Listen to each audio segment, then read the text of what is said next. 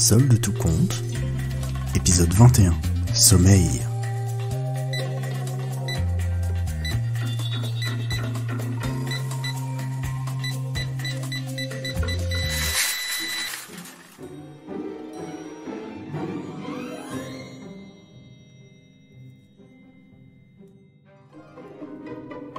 Le théâtre est plein, plus une place de libre, même pas un strapontin.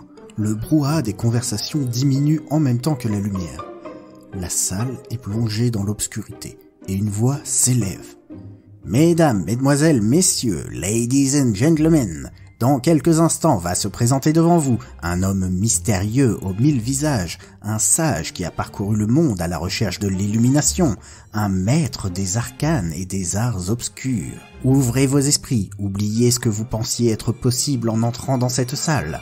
Soyez prêts à être émerveillés par l'unique, par le grand Gaston le Magnifique.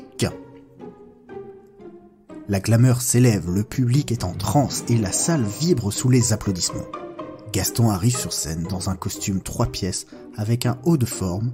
Il est beaucoup plus jeune et bien plus élégant que le Gaston que nous connaissons. Bonsoir et merci de m'accorder votre temps l'espace de cette soirée. Je le sais, un certain nombre d'entre vous sont sceptiques. Ils sont là dans l'espoir de déceler une faille et de se prouver à eux-mêmes qu'ils sont supérieurs. Je vous rassure, vous n'en trouverez pas. Monsieur Martin, par exemple. Oui, Monsieur Martin, au 15e rang. Vous pouvez éteindre votre caméra cachée, elle ne vous servira à rien d'autre qu'attraper une crampe au bras à force de la maintenir dans cette position très inconfortable. Un homme loin de la scène changea de position et rangea son appareil le plus discrètement possible, entraînant le murmure dans les sièges autour de lui. Commençons donc par un classique. Madame Béron, rejoignez-moi.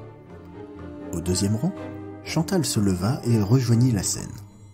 Sa robe et sa coiffure étaient tout droit sorties d'une nouvelle d'Agatha Christie. Maintenant qu'on y prête un peu plus attention, toute la salle était habillée dans le style du début du XXe siècle. Gaston la fit s'approcher pour s'asseoir sur une chaise. Quelques menues questions pour la mettre en confiance, puis un claquement de doigts et elle s'endormit. Sur la scène, d'autres spectateurs attestaient que ce sommeil était véridique lorsque la police, bâton à la main et moustache au visage, débarqua dans la salle en sifflant. Gaston n'avait d'autre choix que de prendre la fuite. Courant maintenant de toit en toit sous une pluie battante, le magicien tentait de leur échapper. Au moment où il se crut en sécurité, un hélicoptère braqua ses projecteurs sur lui et le haut-parleur résonna. « Gaston, vous êtes en état d'arrestation pour détournement de fonds du supermarché. Vous êtes encerclé. Toute tentative de votre part est vouée à l'échec. Rendez-vous !» Mais comment est-ce qu'ils avaient su ? Dans un élan désespéré, Gaston tente le tout pour le tout. Il court, il saute. Une rafale de mitraillettes résonne dans son oreille. Ta-da-da-da, ta-da-da-da, ta-da-da-da. Gaston frappe sur l'appareil pour l'éteindre. Il est réveillé.